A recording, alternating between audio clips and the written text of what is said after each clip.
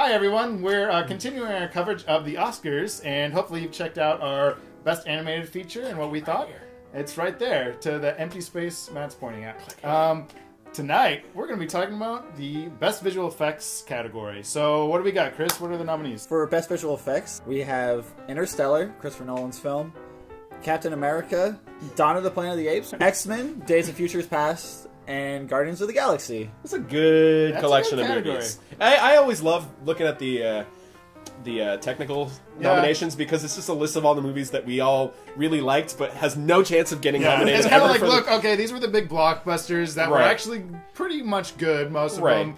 Yeah, okay, you know, a lot of people like these, even though it's just a kind of technical... Yeah, I mean, for me, it's really hard to be impartial with this category because of that reason. Because I know Guardians of the Galaxy is never going to be up for Best Picture. You know, like, Days of Future Past is never going to... But I love all these movies. Yeah. So for me, it's like, oh, which one did I like the most? Because it's the only shot they have at winning an Oscar. Because a lot of times they will throw in, like films that actually aren't good, but they had, like, you know, Transformers, not to name names. But but this one, actually, all of those films are actually good films. Yeah, they I are like all of them, so I'd be happy with any of them. Like I said, I liked all of them, and as much as I like Guardians of the Galaxy, just for the film runs, I think in terms of pure visual effects, I am still really impressed with Caesar and the monkeys. Yeah, I was gonna say. And I think, like, it's gonna be hard for, like, because it's one thing to create these amazing monster creating, but to...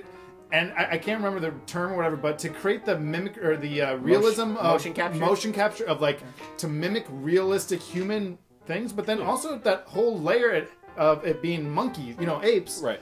And that just adding to the whole thematic element of the film of the differential, like, there's a whole lot tied specifically to because the movie's all about the differences between the apes and the humans, and the special effects embody that perfectly. Yes. So Weta Digital's always been very excellent about this. I mean, they did, as much as I dislike them, the Lord of the Rings trilogies.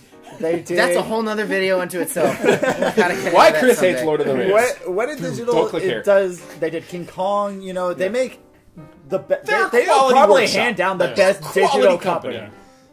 They are very good at towing that line in the uncanny valley where something is just too realistic. Like the Final Fantasy movie, Spirits Within or whatever, that a lot of people felt crossed over the uncanny valley. It gives me a stomachache. Yes, and that's what the uncanny valley is. It's just very noticeable and uncomfortable. Right, and Dawn of the Planet of the Apes was freaking fantastic. Yeah, I think for the most part, it was realistic enough to kind of let yourself be absorbed with the movie. But I would personally, and I'm kicking myself for not seeing it in IMAX, I would personally give it to Interstellar. All the different planets, the freaking black hole was beautiful. See, I one of the reasons why that would be one of the movies I would lean towards is because I thought just as a movie, it shows a very believable version of the future.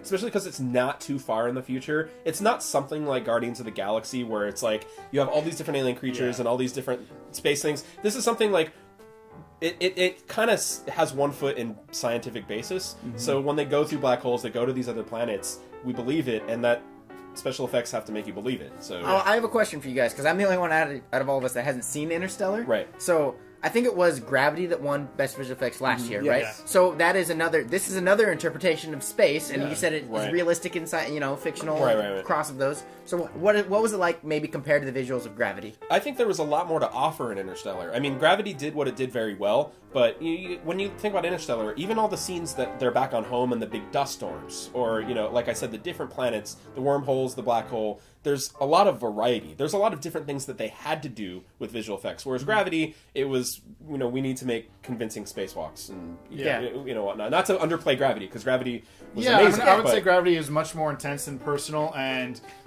it wasn't as much sci-fi because it was, you know, grounded in our time and place now.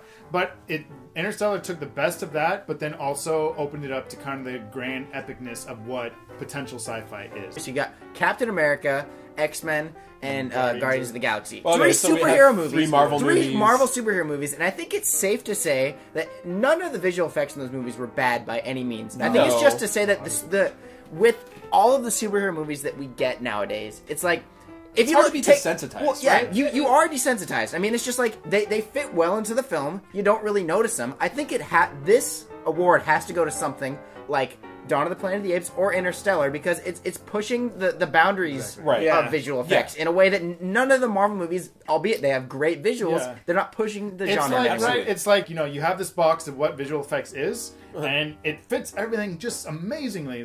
But what maybe Interstellar and Dawn of the Planet of the Apes is doing is it just slightly starts going out of the box and like broadening our scope of what visual effects can do. I mean, this is one example. I mean, Guardians of the Galaxy, they showed like, okay, they're approaching that giant alien head that is a mining colony.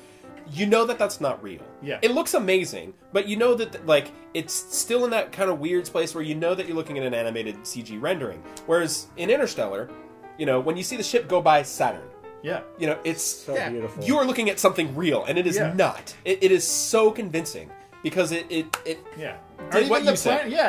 Or just when the planets they land on Interstellar, like just not too many details or specifics, but the ocean planet, like that was just like breathtaking because it's so like it's not real because.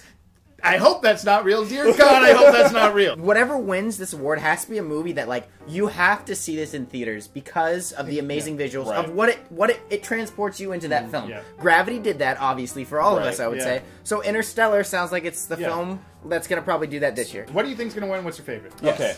I think Interstellar will win, followed maybe close second by Dawn of the Apes. I want Interstellar to win, followed closely by X-Men Days of Future Past because I'm a huge X-Men fan and we didn't talk about it. Portals are cool. I don't remember if Rise of the Planet of the Apes got a Best Visuals award, and Andy Serkis has been long overdue for getting something like that. So I think that Dawn of the Planet of the Apes should win, and I think that it will, actually. I think this is finally his time. Bold prediction. I actually agree. I believe it's going to be a toss-up for Dawn and Interstellar. It's like really going to be a competition head-and-head, I feel, between those two. I would like to see it go to Interstellar. I would not in the least be heartbroken if it went to Dawn. Okay. I think I'll give to Planet of the Apes because I think it's grounded a little bit more in the human element. It's just an arbitrary judgment I'm making, but that's where I'm going. But I would love to see Interstellar win too. I think especially because it wasn't nominated for a lot of the other categories, and I'd like to see it win too. Okay. Cool. So, which one do you think is going to win? I think Dawn of the Planet of the Apes is going to Put your money on Dawn. Yeah. Okay. I'm putting my money on Interstellar. All right. Head to head. We'll do it. We got 2 Interstellars and $2. Yeah! Heck yeah!